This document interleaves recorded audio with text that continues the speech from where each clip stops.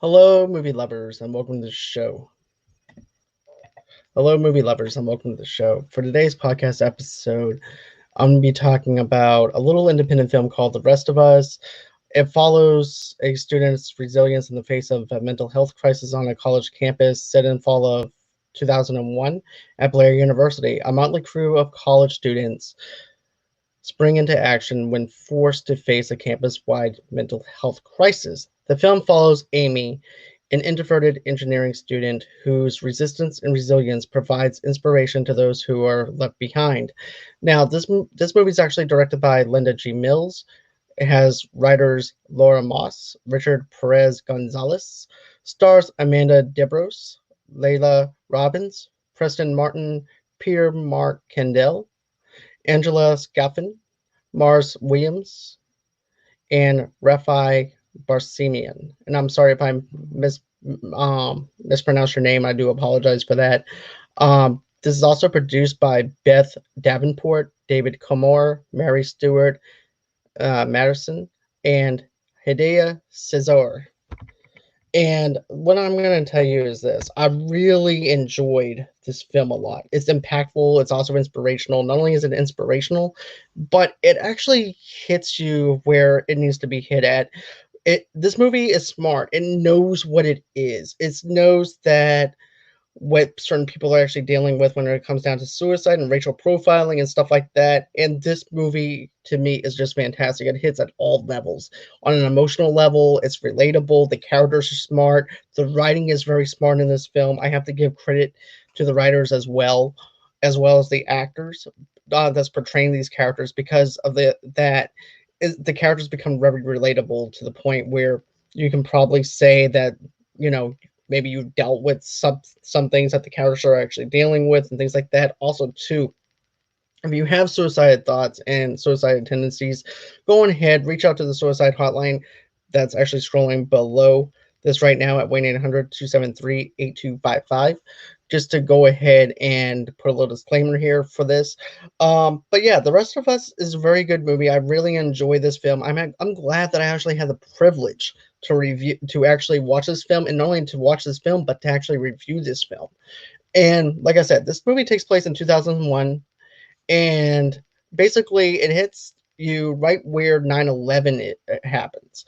And I remember being in driver's ed when 9/11 happened, but this is actually one of those movies where it's like, well, do you remember where you were when 9/11 happened? How did it actually impact you as a person?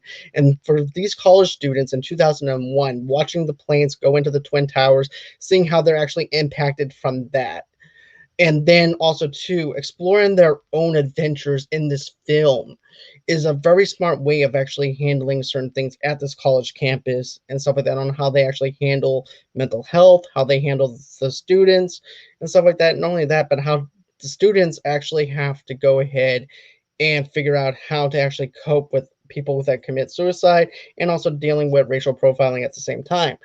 But like I said, Amy is one of those characters that I really have to admire because she's actually going into college for telecommunications or wireless communications, somewhere around that level. And at first, in 2001, the stuff that she wants to do with technology has not even been invented yet.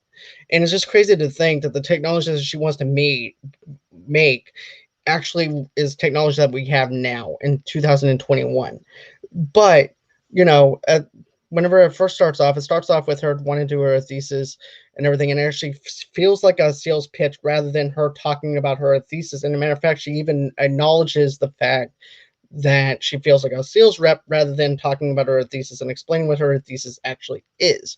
And then also, too, I like how it actually breaks away from Amy, and then it cuts into Calvin's character, and Calvin's not doing well academically. It's like he's not applying himself. He's trying to figure out what his thesis is going to be on, and then also too, the dean is actually trying to pressure him and motivate him into doing an thesis project, and he doesn't know what his thesis project actually is until we actually get later on into the film.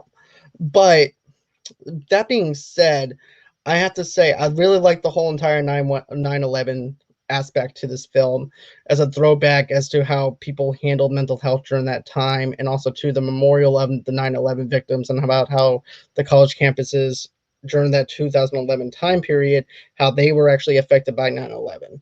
And then also too, this is also the day and age of free cell phones, and also to Nokia's cell phones as well. So there's a little bit of nostalgia use with whenever you look at the nostalgia factor for it. But then at that point too, Amy has a roommate named Maddie. Maddie is one of those people that will actually get on your nerves if you're like an introvert.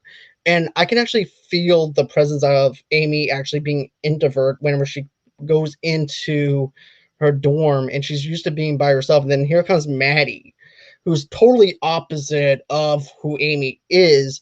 As a matter of fact, I remember watching the film yesterday and, you know, just feeling annoyed with her at first because of the fact that, number one, she has to have an alarm clock to wake up, and she doesn't even wake up on time like she's supposed to. And basically, Amy winds up shutting the alarm clock and everything, getting up because she's getting annoyed because of the fact that Maddie's not even getting up in the first place. So therefore, now she has to get up and shut the alarm clock off. That's just the joys of staying in a dorm. But still, then it focuses in on another thing too, with once again with the alarm clock issue with Maddie, where she winds up getting up on the weekend, which is no surprise to a college student or whatever. Of course, she's going to wind up waking up on the day of on the weekend on time versus going to school. Amy winds up calling her out on it, but then we wind up coming into Stacy at this point. We wind up seeing Stacy for the very first time as well, and this is also, of course, Amy's friend. And Stacy's dealing with her own sexuality, exploring her own sexuality, while also being with her boyfriend Chris. Chris and her actually show a really close relationship with one another. But here's the thing: you can definitely tell that there's something off with Stacy because of the fact that she's not really truly in love with him. She's actually just being with him because that's the normalcy of everybody ever sees a man and a woman versus two girls or two guys and stuff like that. That's just how society looks at it and everything too. So she's actually hiding her own sexuality and actually trying to figure out what her own sexuality is. And then she winds up making a move on Amy, and Amy actually feels awkward. At first, I wasn't sure if Amy was actually feeling her or anything like that. It felt like that she was very awkward, although she is an introvert. But I was wondering too if she's even into girls or anything like that too. If she's actually dealing with her own emotions and also to her own sexuality as well. So that's another factor as well that I was thinking of. And then you're also introduced into the classroom area where you're dealing with a student who happens to be Muslim, and then you also have a teacher who happens to be Muslim as well. And in order for them to actually feel like that they're wanted and everything, they actually have to go on ahead and pray down in the basement versus praying with everybody else. And the Muslim girl just says, hey, can I just go on ahead, be excused while you guys pray, because of the fact of my own beliefs. So of course, she winds up going down to the basement. Then he also asked the Muslim character too. Here's the thing, I forgot what the Muslim character is, but she's a major part in this film. So is the teacher. I really love the teacher too, on how relatable the teacher actually is, because he actually cares about his students and he also wants to be there for his students. So that's something else that I really admire, because it makes me feel like that was something that was in my high school days and everything too, where we actually have a teacher that actually cares about the students and their well-being and their mental health. So so that will play on later on. But I can definitely tell, with it being 9/11, that there's going to be some racial profiling going on in this, especially whenever they thought every single Muslim was a terrorist, which is actually wrong, because all Muslims are not terrorists or anything like that. They're just trying to fit into our society and trying to be better with in our society, and trying to figure out what to do in our society and everything, and figure out where they fit in at. And that's just everyday life. Even we're trying to figure out where we fit in at, where we don't fit in at, and everything too. And you know, racial profiling is just wrong on all aspects of it. And it just makes me angry to see that the FBI agents in this film treating this teacher like total crap just because he's a Muslim and everything does not necessarily mean that he's a terrorist or anything like that. You even did a background check on him and stuff like that on his telecommunications and also looked into his background and realized that he's not a terrorist, but yet you're going to treat him as if he's a terrorist, which pisses me off big time. But but I'm glad that this movie actually impacts me the way that it does because it just shows you the beautiful, well, not beautifulness, but it just shows the beauty of the writing in itself and what they are doing in this film. And then also too, um this is another thing that I want to actually mention. Two, Amy is wanting to actually come out with this other thing for her thesis project where she's actually wanting to ping something from the moon over from the sun and everything else. And then also too, you also have well, that's actually Stacy that's wanting to do that, but Amy is wanting to do this where she wants to actually have some type of emergency alert system going on that will actually alert someone in their on their cell phones and everything else of danger, storms, stuff like that. And that's actually stuff that we have today. Just think about it. In 2001, we didn't even have that kind of technology or anything like that.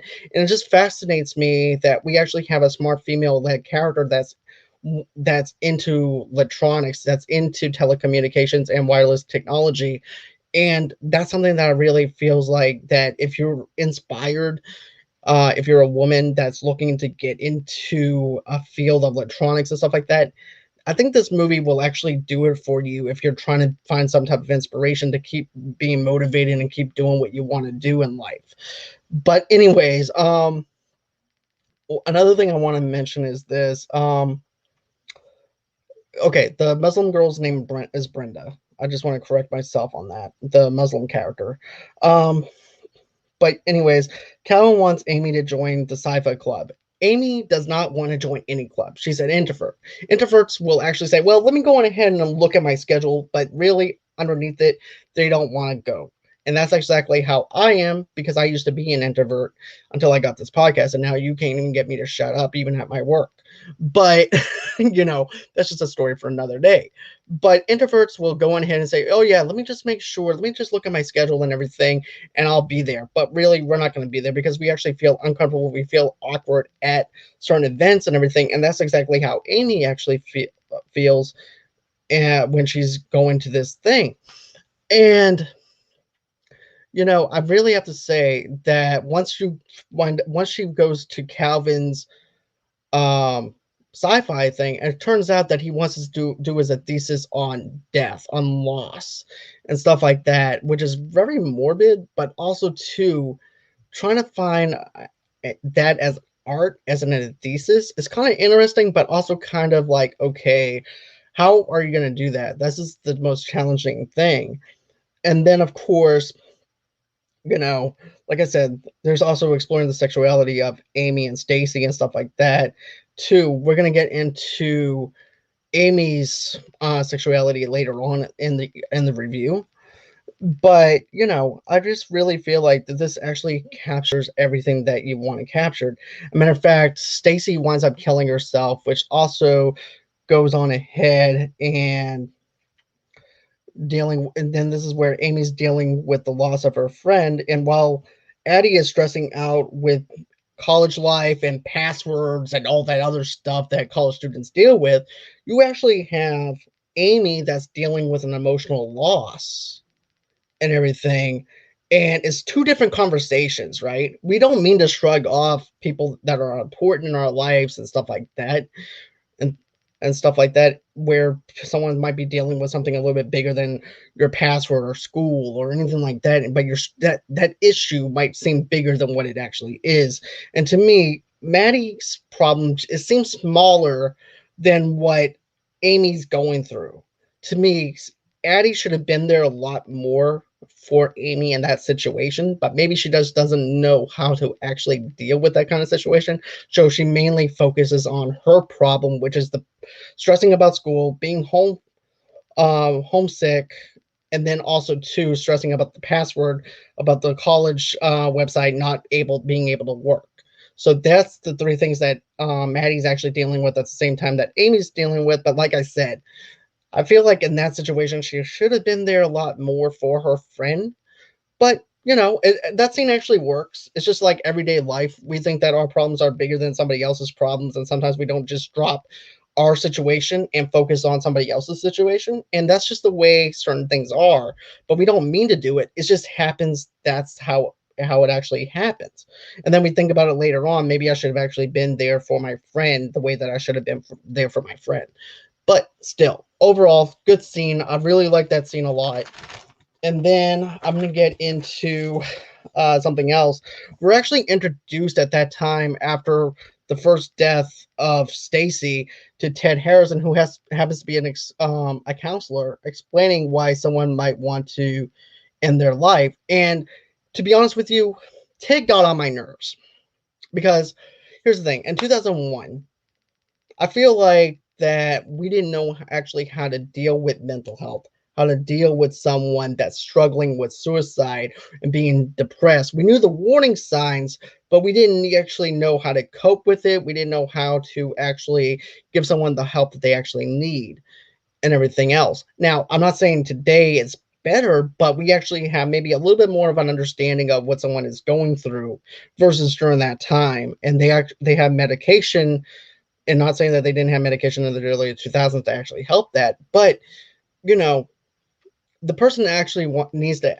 Here's the thing: the person needs to seek help in order to get help, and sometimes people don't want to seek help and stuff like that. They see it as a sign of weakness and things like that. But that's the important things of actually getting to know somebody and asking questions about how they're doing and things like that.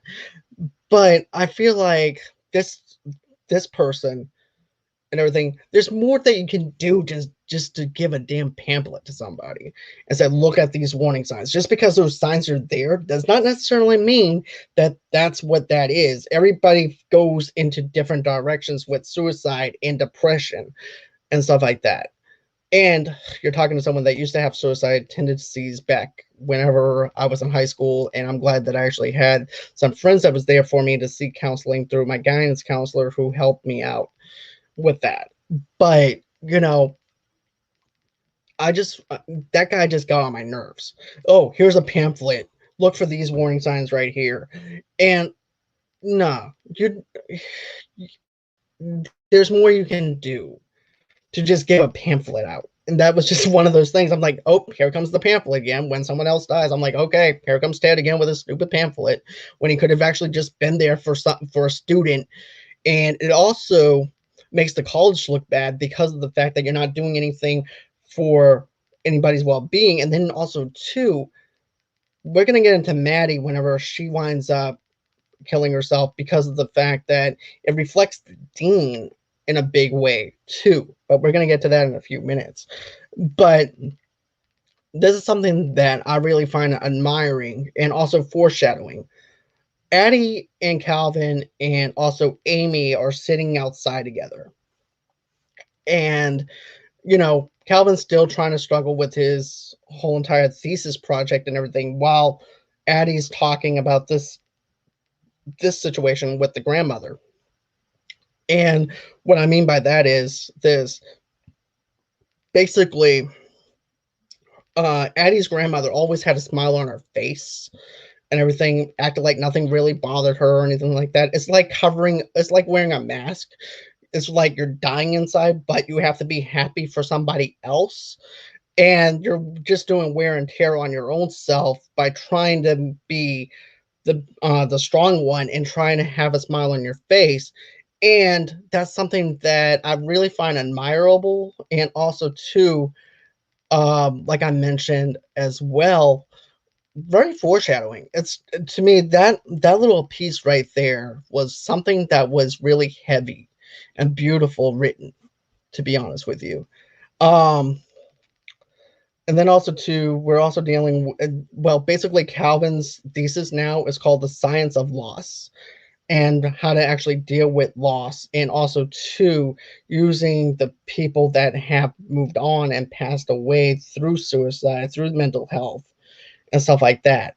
And that's going to be played out towards the end of this review as well. I'm not giving you a play-by-play of what everything happened, just stuff that I found really hit on that I feel like was very impactful for me, because I actually lost friends to suicide and stuff like that. And this is why I'm actually doing these reviews on mental health, and also to help others as well. But anyways, back to the review and everything too. Um, Stacy's mom. Here's the thing. Stacy's mom doesn't even want a memorial. She wants to remember her daughter for who she is, versus just being a memorial service. Also, too, Chris is also dealing with the loss of Stacy as well. At first, I was thinking that maybe the mother might blame Chris for Stacy's suicide, but comes to find out she doesn't actually blame him or anything like that. She does give back all of Chris's belongings that he gave to that Chris gave to Stacy, because that stuff does not belong to Stacy. So she felt like it was actually the right thing to do, but she doesn't want a memorial service or anything like that for her daughter. Chris feels like that he needs to do something extra because of the fact that this person, because Stacy was an important person in his life, and he was in love with her, and so therefore he tries to do a memorial service, I believe. And you know, I feel like that Chris's mind is in the right place, his heart's in the right place, but is at the wrong times that he actually presents certain things to the table, when he should have just like, okay, that's what you want to do. I'll respect that. I'm just gonna go on ahead and handle Stacy's death in my own way, and I'll also try and figure out a way to comfort you at the same time that I need comfort. But I also like how Amy calls him out. It's just to make him feel better versus trying to be there for somebody else. And that's something that I really liked about Amy, how she calls him out on his own BS, because it's not about him, about somebody else. It's not about Stacy. It's about him and making him feel better, versus making somebody else who is also going through the same thing of trying to move on from Stacy's death. So I thought that was really good. Um, then of course we're dealing with Addie. She's crying in her bed. She's really not really doing that well, to be honest with you. She sits into depression, although we don't really see it, but we actually see her going down to the brush where somebody else committed suicide. As a matter of fact, there's even a danger sign of not going in there. And so we see her in about two scenes where she's just going down to this brush, and then finally we see a shirt or a blouse that represents Addie on Maddie, and you know that's how I knew that she committed suicide. But also too, I like the fact that they never show the actual bodies or anything like that. They give us little nods here and there as to someone being lost, someone that's passed on. So I like that. I like the fact that they didn't have to show the actual suicide. They just showed a piece of clothing or something that symbolized that character, and that's a very smart way of actually doing it, rather than actually showing the act of suicide. So I really have to say they actually handled that very well. I also like the music in this movie as well. I feel like the music is very well played and everything throughout the scenes and stuff like that. It hits you on an emotional aspect to it as well. Um, but yeah, then of course Amy wakes up with an having a nightmare about Maddie, and thinking that she killed herself. She's over there texting Maddie and everything, trying to figure out if she's okay and things like that. She doesn't know that she committed suicide or anything like that. None of us do. As a matter of fact, I remember this in the movie. That's crazy. I just saw her yesterday and things like that. She seemed fine. And then of course she calls her again, texts her again, and her phone is actually in the dorm. So therefore, her dorm keys were there. Everything that belonged to Maddie is there. So therefore, Amy knew right then and there that she's gone. And now she's having to deal with two people's deaths now, not just Stacy, but now Maddie, who was her roommate, who she was actually close to, and trying to figure out a way to cope with that. Then also too, there's also a scene, and I forgot where it's played at, but there's medication. Amy's gets up. There's medication there. She's about to get ready for the day, and I'm thinking to myself, is Amy about to off herself? Because of the suicides and stuff like that that's reflecting around her, this death that's around her, this bubble that's around her. And I love the bubble aspect. We're going to get into that later on as well. But I really thought that maybe she might actually off herself as well. But Amy's such a strong character, believe it or not. And she's perfectly well developed, and they don't focus on the medication or anything like that she's using or anything like that, and they move away from that whole entire thing, and then it goes into Amy's depression and stuff like that. But I want to also mention this. Remember how I said earlier about Maddie's grandmother always having a smile on her face, acting like as if everything is fine when everything is really not fine, it's just a mask that somebody wears? Her parents, who were there to get Maddie's stuff, looks at Maddie's picture and says this: Maddie always had a smile on her face.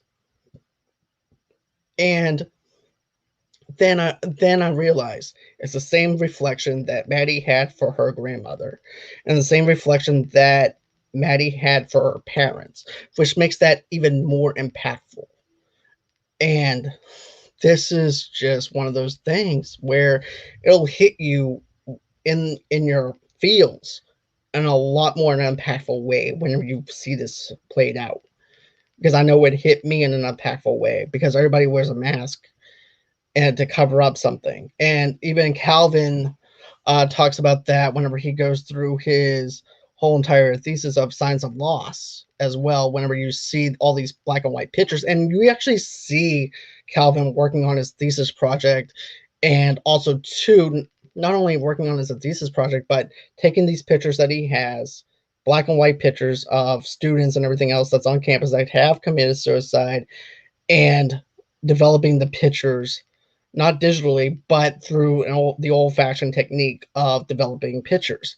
And you're wondering, what is he doing? What's he up to? And then you realize as far as Signs of Lost project, and he says, I like taking black and white pictures because of the fact that it takes away the mask that everybody wears.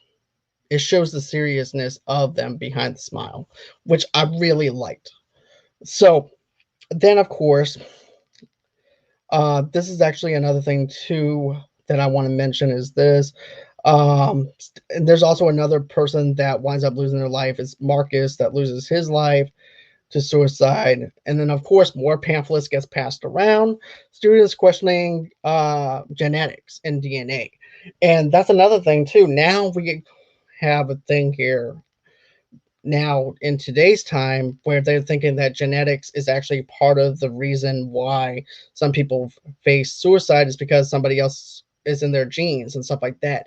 And I thought it was actually a very smart way of thinking in 2001 with this writing, where someone is actually questioning if maybe the reason why someone is actually wanting to commit suicide is because maybe it's a genetic type of thing.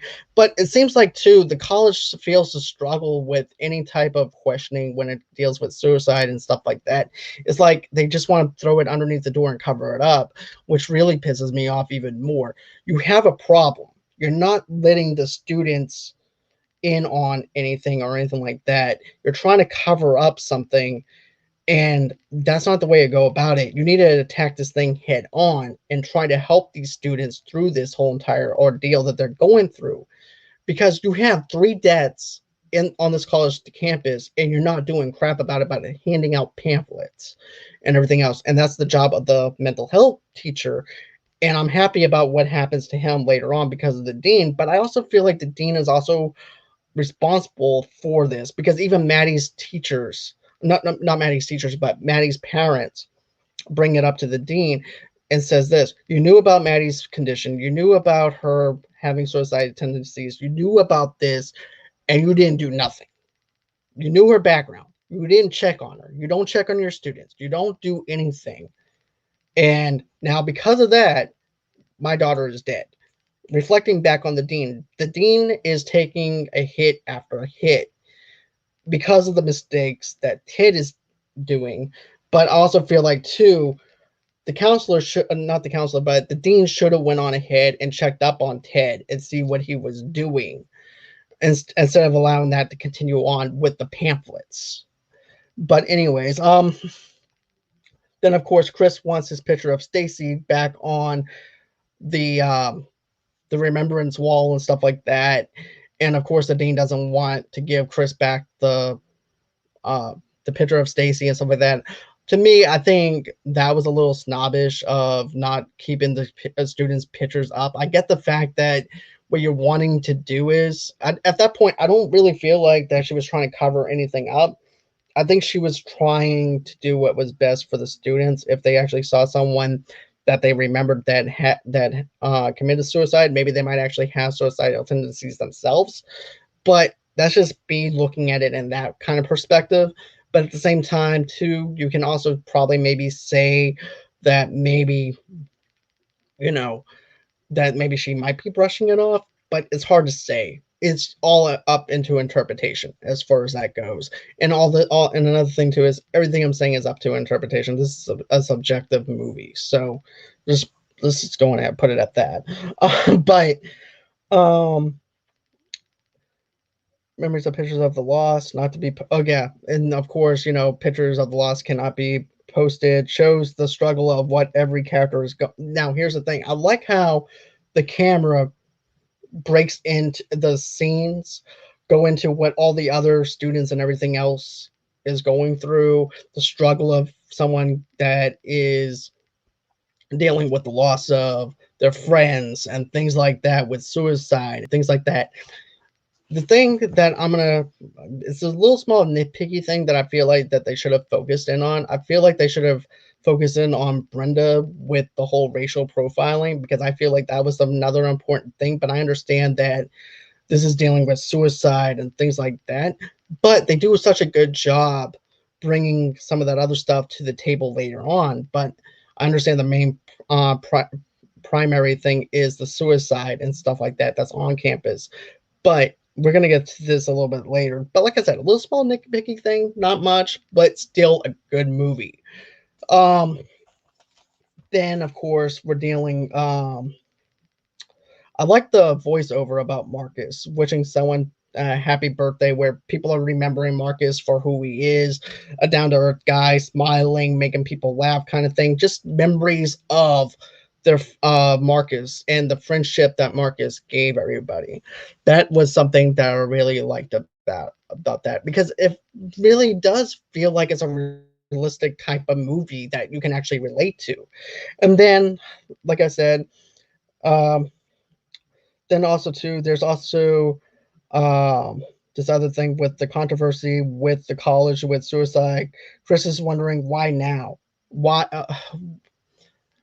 and everything too. College covering up and not being there for their students. That's another thing I mentioned. Also too, they actually hold a town hall meeting for the students and stuff like that, which goes haywire and everything, which also leads to the mental health teacher getting fired, which I was actually happy about, because I feel like the mental health teacher didn't really help anything. It just caused more chaos and more things that could have been prevented. Then I'm getting to my last and final thing in my notes. But Amy's moving in another is going into another room because she can't deal with Maddie not being there, stuff like that. That's another thing too. I like how it starts off where Maddie's actually getting on Amy's nerves, and then they have a bond of friendship later on, that closeness, and I really love that. It just goes to show you first appearances are not always what they really are, and there's actually something more beneath the surface when it comes down to friendships and stuff like that. And I love the bond that her and Amy actually have. So anyways, Amy's dad is worried about her. She's depressed, her grades are tumbling down. um she's not being as active as she usually is in class or anything like that. Her participation is really not, or is being like shut to hell, to be honest with you. But her father is not there to gripe at her about her grades or anything like that. And Amy at first thought that maybe that he was there to actually gripe at her about her grades. But then her father just says, "Baby girl, I'm not here to argue with you about your grades. That's not what I'm here for. How are you? What are you doing? Are you okay? I'm worried about you. How's your mental basically, how are you handling things with the death of your friends? And how can I be there for you?" That is a great parent. I really, even though the father was only introduced like only for 5 minutes of this film, I felt something with the father on an emotional level. And I really love that. That was beautiful. Beautiful writing and smart writing at that. And also, too, I want to also mention this. He also meets Calvin for the first time, and he thinks that Calvin and her are dating. Calvin is gay in this film. And I love this scene because of the fact there's a little bit of a comical aspect to this underneath all this dark and gray area of depression, of suicide, of the racial profiling, of everything else that's going on in this college. But there's this lightheartedness thing that I really liked about it. He goes, "I'm gay." And the father goes, "Oh, that's nice." And he goes, "Well, I hope you guys have a good day," and things like that. And he goes off and the father's that's the end of it. But then there's like an awakening in Amy after that because it shows that somebody actually cares about her. Her father cares about her to the point where she's like, "Well, you know what? Maybe there is somebody that actually cares about me." And here's another thing, though, too. I love the chemistry between Calvin and Amy because they actually have a bond after Maddie dies and everything. They have even more of a stronger bond together. There's even them in the library playing around and stuff like that, going through the aisles, staring at, just doing regular young adult college kid stuff. But I feel like that scene really works well. The music really plays out really well in that scene. I love the music. The music. I'm a huge fan of indie music and stuff like that. So kudos for you guys for choosing that piece of music and everything. So so now I'm gonna be wrapping this up. So here's another thing. Amy is holding basically this Maddie's suicide has a suicide note. Calvin winds up finding it in the dean's room office and everything, and takes a picture of it, shows it over to Amy, and then of course, that's more cover up. Also, too, I want to mention this though too. They misspelled Stacy's name. As a matter of fact, it wasn't even the dean's fault. It was actually the mental health teacher's fault for misspelling Stacy's name. And so therefore the dean doesn't really take here's the thing. Instead of her placing blame on the mental health teacher, she takes the blame and hit on herself. And then she says, "Well, that was an error. I didn't mean to misspell Stacy's name. It wasn't your fault. It was the mental health teacher, but because you're the dean and the face of the college, you're being hit with a whole lot more stuff." And it's even going into the dean's life now. And there's scenes that I really thought maybe the dean might kill herself too, because number one, she calls her daughter up. The daughter's not even answering her phone or anything like that. She just wants to check in with her daughter. There's also her sipping her wine and looking out on the balcony as she's trying to talk to her daughter. There's also another scene where basically all these other kids have actually jumped off of part of the building of the college and stuff like that, and she's contemplating suicide and everything. That's what I thought. But no, it's just her guilt of what she's going through and carrying all that other stuff on top of her and having to deal with everyday life of these students offing themselves and blaming herself for it and knowing that she's blaming herself for it.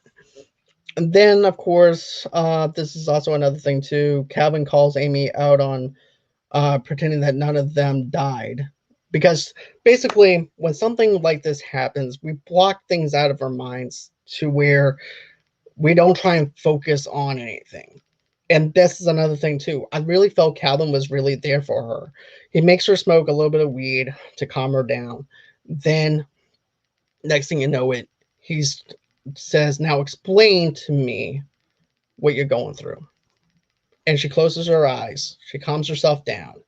She says, "I feel like I'm in a bubble, and everybody outside my bubble is moving along with me. But if I stop, that's when things start to go awry for me." And I'm not going for verbatim or anything like that. I'm just paraphrasing and stuff like that. But I really thought that was actually impactful as well, because she actually feels like she's also carrying the death of her friends with her, and also too, if she stops moving, she's afraid that she might lose somebody else that's close to her, maybe Calvin. But Calvin to me is one of my favorite characters, despite some of the stuff that he does towards the end of it. His heart is in the right place. It's just that the way he goes about doing certain things is not the right way to go about it, especially when you're dealing with his thesis, which I'm going to get to in a few minutes. But Amy does wind up doing her thesis. The teacher winds up loving it. The teacher goes over to Brenda's house to confront her about coming back to school, because Brenda quit school, and he thought maybe it was because of the suicides, but instead it's dealing with the racial profiling. Everybody thinks that she's a terrorist. There's the bullying, there's the notes that and everything else. And the teacher had no clue, but he's also Muslim himself. And then also too, I liked how after the stuff with the FBI agent and stuff like that, he goes back into the classroom. He goes back into the classroom and he talks to the kids. He's like, "So I'm Muslim." That's basically him.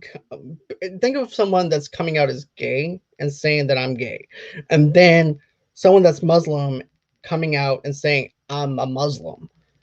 And do you guys have questions for me? Do you guys want to learn about me? Do you guys want to learn about my religion and what I stand for and things like that? I really thought that was a smart way of going about it, of asking the teacher questions. We actually have this one student goes, "Is this on the test? Is this part of the class?" He says no. But I really thought that was really smart writing whenever you think about it, because of the fact that during that time, nobody was really wanting to get to know someone that's actually Muslim or someone that's different from somebody else. And racial profiling really pisses me off, because here's the thing: I like to learn about other cultures, I like to learn about somebody. And here's the thing: I'm always the type of person that will give somebody a chance, and I always see the good in somebody else. But anyways, so then we actually go into Rena moved out of the college, like I mentioned before, and then after that, Ted become.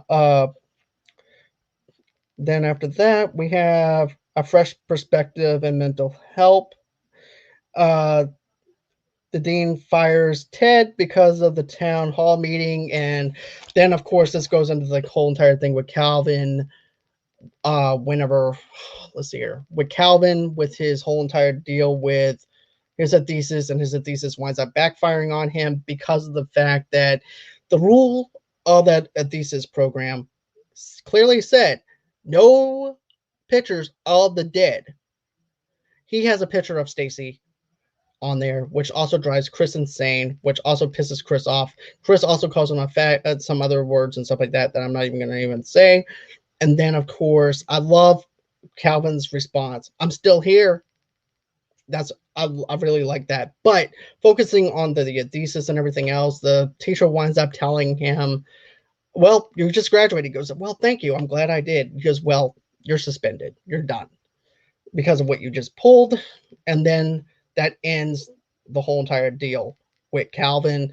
Amy's thesis, she aces. She winds up coming out with a way to actually help somebody with mental health and with telecommunications and stuff like that. I'm not even going to get into all that stuff, but this movie is very well done, perfectly well executed. The characters are something that you can actually care about. The plot line in itself has a meaning to it, which I really love. If you haven't, here's the thing: this movie is a small independent project.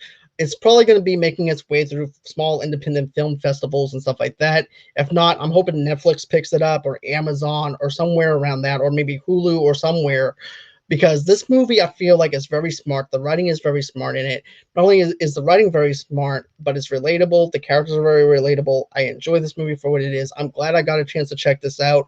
If you haven't seen this movie or whatever, I strongly recommend that you see The Rest of Us. Go out, support this small film, and that's going to be it for the show. I do appreciate you guys listening to me talk about this film, and thank you for the opportunity for me to review this film. All right, so with that being said, guys, go on ahead, like this video, share this video with everybody else. If you guys want to show me some love, how do you do that?